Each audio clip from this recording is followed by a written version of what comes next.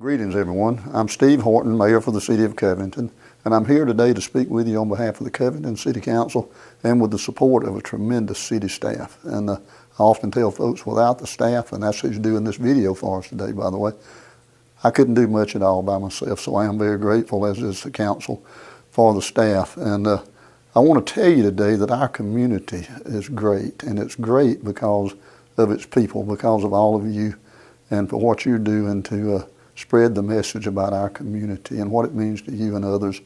And you know what? Others have seen that too, because all you got to do is walk through the streets of Covington or drive through the streets of Covington on a daily basis, and you'll see hundreds of people, all ages, all different backgrounds, walking around with cameras in their hand, and they're taking photos and pictures of what's going on here.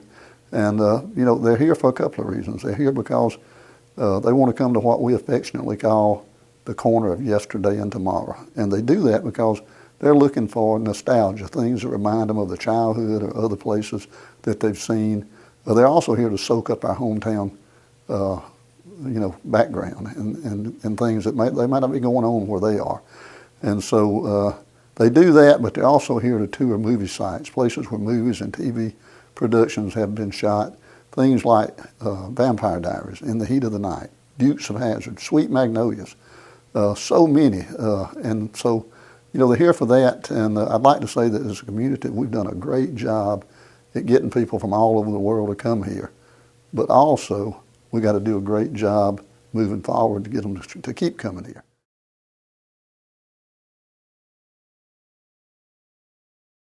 And looking at community, I want to point out a few things. The City of Covington annual operating and capital budget for fiscal year 2021-2022 is approximately $142 million. That's up 10% over what it was last year. And, I want to report to you that the City of Covington as an organization is financially sound. And this is quite amazing to me, as I think it is to others, that given the pandemic that we've been experiencing for better than a year and a half now, it's impacted so many communities negatively across our state, region, and nation. But for Covington, we're doing fine.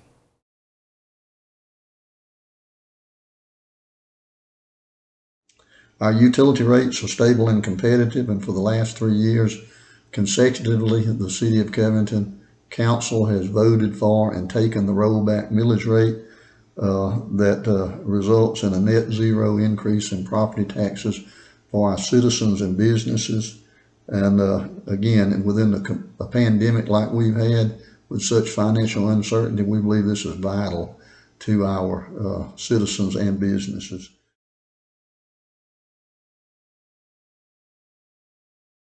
We're also participating in the Georgia Initiative for Community Housing program, and it's aimed at revitalizing 3 long-term Covington neighborhoods, Green Acres, Covington South, and Settlers Grove.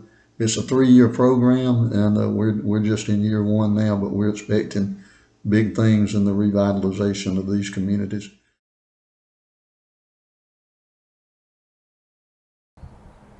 Hey guys, I'm Scott Andrews, City Manager of the City of Covington.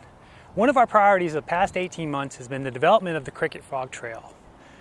We're here at this important destination because it connects our community. It keeps our citizens healthy, and it serves as an economic development driver for our whole community. Quality of life initiatives make our community a more desirable place to live, but also help attract people who are relocating, thus stimulating our local economy.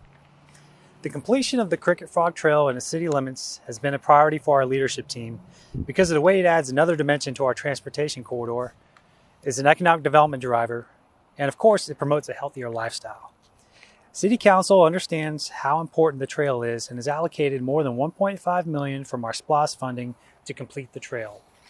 The trail is nearly 4 miles long, 12 feet wide, and stretches from the bypass through the city all the way to Washington Street. The railroad trestle behind City Hall is the final piece of the trail to be completed. We expect this to be 100% complete in just a few short months. Fun fact, upon completion, the Cricket Frog Trail will have 15 million pounds of concrete. If you haven't had a chance yet, hop on the trail. Come on out with me today.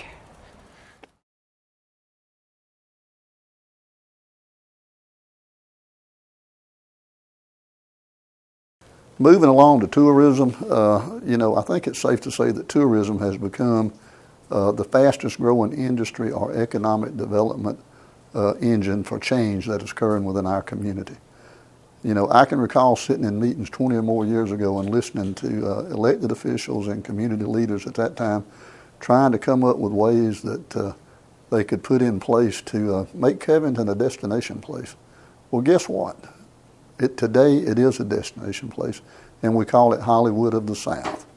We do that, and I think it's safe to say because of all the interest that the film industry has shown in Covington, Georgia, and Newton County over the last 4 or 5 decades. It's also because our local Chamber of Commerce had the thoughtfulness and vision to go out and through trademark and copyright secure that Hollywood of the South logo for our community. And for one, I'm very grateful that they did that, and I know that you all appreciate it too.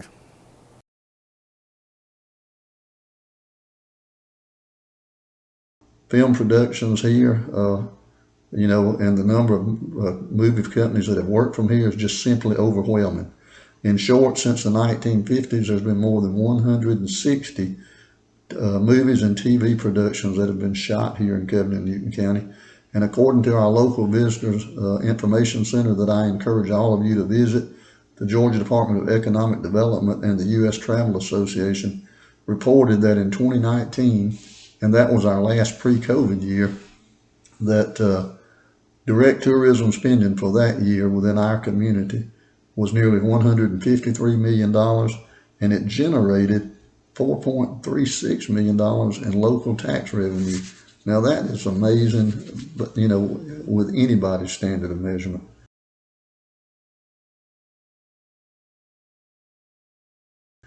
In development news, within the City of Covington, since last September, the City of Covington has received and approved 113 commercial and residential building permits, representing some $116 million in investment revenue.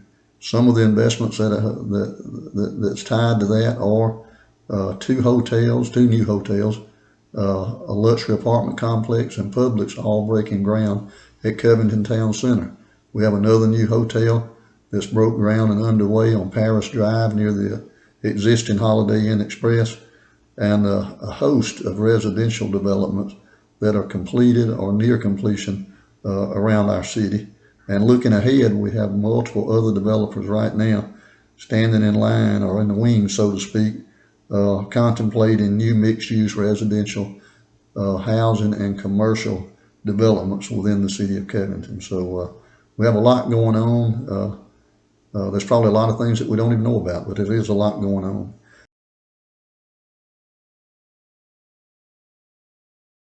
Hi, I am Councilman Anthony Henderson.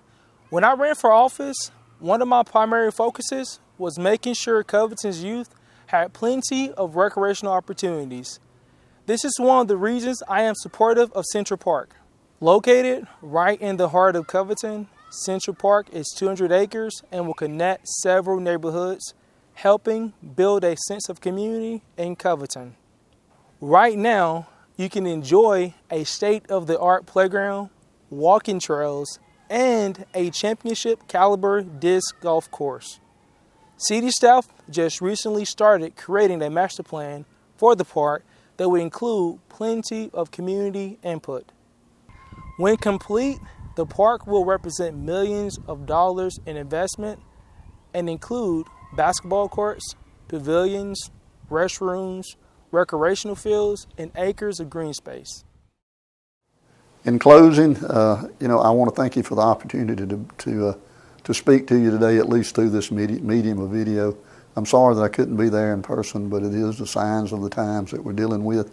But I want to thank all of our local citizens and community partners. I want to thank all of you for what's been done through you and by you to support our local business community during this COVID-19 pandemic.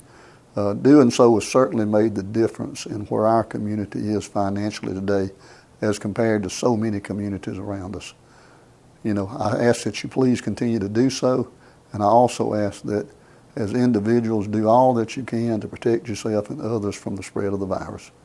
God bless you all. Thank you.